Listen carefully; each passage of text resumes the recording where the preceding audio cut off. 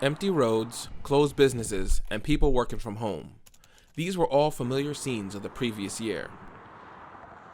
With planes grounded, less people commuting into the city, and factories slowing in production, we burned fewer fossil fuels which produce excess CO2 and ozone gases.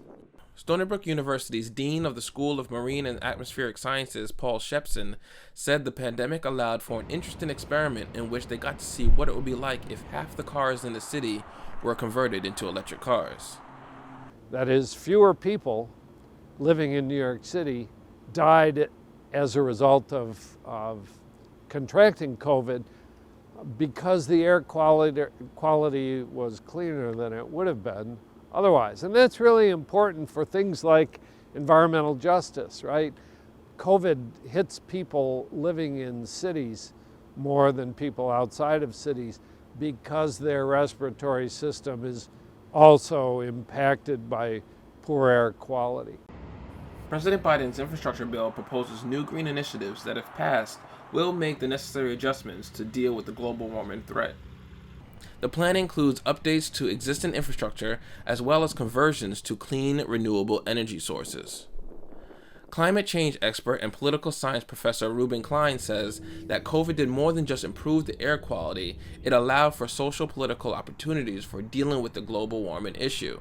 COVID allows us to sort of break the sort of political gridlock, right? And was so disruptive that people start thinking stuff that wasn't possible before is now possible. Though on the national level, the issue of climate change is still very polarizing. On the local level, city leaders, both Republican and Democrat, can't ignore the threat climate change may have on their communities. This goes double for places like Mastic Beach, where sea level rise threatens their very existence. I don't want to hear from a political opinion.